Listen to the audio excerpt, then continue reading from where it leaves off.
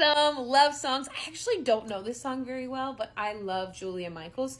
If you didn't know, Julia Michaels has written a lot of amazing pop music that she herself hasn't sung. She's done a lot of Selena Gomez's music. She's done Fifth Harmony. Look her up. She's a great songwriter. So let's get into it.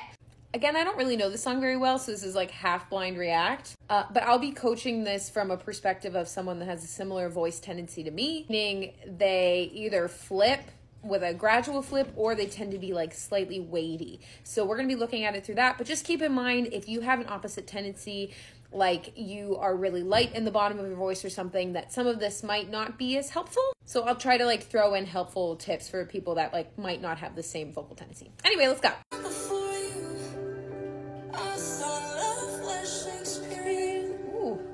Right away, I just like love her lyrics. She tends to have a little bit of wordiness to her song. She like fits a lot of words in there more than other people. So just with that, we want to make sure that we keep our jaw nice and loose, that the lyrics are really flowing out of the mouth and we're not chewing in the back with our consonants. Rather, we're thinking of our consonants being out here so people understand. I thought love was... So what she's doing is she's speaking, I thought, a little bit more spoken, like in chest, and then she's flipping into head on love. I thought love was mysterious. She does that a lot. Or Shakespearean, whatever the words are, but she does that a lot. So getting used to like speak, head. So you could even try it on like, try na na wee. On those combinations of vowels and consonants will really help you with like thick, thin. Okay. So on the pain, you see how it kind of gets airy there? So what she's doing is she's letting go of resistance and she's allowing extra air to kind of pass through her vocal folds. So that's where that whispery quality comes from. More or less a pain. Ha. So to kind of think you're like slightly whispering that one note will help with the style. Now I don't recommend doing that all the time, but it's definitely part of this style. She kind of just continues doing what I just talked about. Okay, so there she starts to talk a little bit more. It's a little bit thicker. It's not airy anymore, right? So she's finding resistance. She's finding a more of a talky sound. Little did I know. And the notes are G, A, B, B, A, G. So it goes right through what a lot of sopranos would call their first passaggio, right? So some of you might go, little did I know. Like it might get really hard to go through there, or you might pull, little did I, right? So we want to try to just think kind of whiny and dumb as we go through that. Let's try it on a whoa. Whoa, whoa, whoa, whoa, whoa. Kind of thinking, kind of pouty and whiny. You can even do like a siren there. Just go, whoa, whoa, whoa, whoa, whoa, whoa. Keeping that kind of buoyancy and stretch while still talking. Yeah, she keeps doing it.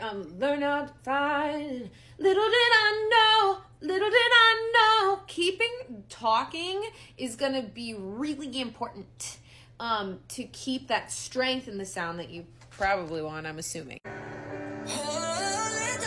Okay, same thing. It goes a little bit through the passaggio, so you're going to want to think whining and kind of pouty as you go through there. Whoa, little. And also, it's going to be really important every time she goes, le, an IH is actually a great vowel to mix on, as long as you continue to think talking. Whoa, little. Right? It provides just enough help to thin out your sound enough while still holding on to that talky sensation. Yeah, so she's kind of crying there a little bit.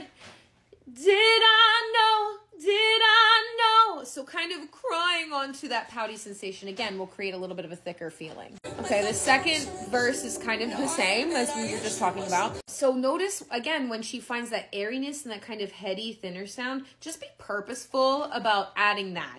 Right? Just knowing exactly where you're choosing to add that, because if that's just happening on accident, then that's actually kind of an imbalance. And yeah, that's just something to know, is like Julia Michaels is well trained, and you can tell in the chorus, right, she's able to find a thicker sound because she can turn it on and off, even though it's like kind of both of these sections are in that break in the voice.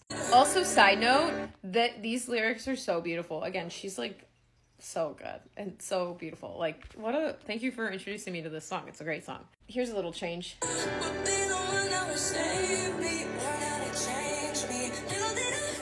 Okay, again, she's allowing a headier sound and she's allowing a lack of resistance there. Little did I know, So talk, head talk. Little did I, I'm having a hard time doing it. Little did I know. Right? It's kind of hard, right? You're kind of going, again, the chorus here. Whoa, little, right? Again, be aware of what your vowel is doing on little. Are you going, whoa, little? Right? That's going to cause you to go flat. You really, even though it's going to be a little bit weird, really have to lean into the I while holding on to talking. Whoa, little. Right? It's just going to help that sound. Did I know? And then crying and pouting, crying and pouting. I mean, honestly, it just kind of repeats the same thing over and over again. So if you feel like you want to build it because it's so repetitive, then it's leaning even more into that crying. Whoa, little, whoa. Right? Just kind of play with how much can you kind of cry and give into the emotion of the song is what's actually going to cause the build, because there doesn't seem to be very many vocal riffs that kind of go off the main melody of the song. There is an option you can hear in the harmonies here. Let's see if I can back up. There's a chord. Did I know? So say you wanted an option there. Whoa, little, did I know? If you wanted to come over there, again, I would focus on a kind of whiny I vowel. And maybe try it on, it kind of depends on, if you feel like it's going, did I know? Right? Maybe try it on a bit, like a whiny, kind of bratty bit. Go, because that starts to enter the bottom of the second break, which is a little bit of a different math problem, okay? But say the bit is causing you to go, blah, blah, blah. You're squeezing, try a W, and same thing, kind of whiny, bratty. Did I know? So you're gonna do the funny sound, and then you're gonna try the lyric right after that. Yeah, anytime she belts, she's not really leaving the bottom of the first passage. She goes, yeah, right there on an A. Again, it's the bottom of that first passaggio, so you can afford to be a little bit thick if you want. You can say an honest to God, yeah, and it'll probably work pretty well. I mean, that's pretty much it. The song kind of just ended on the music video, so, sorry.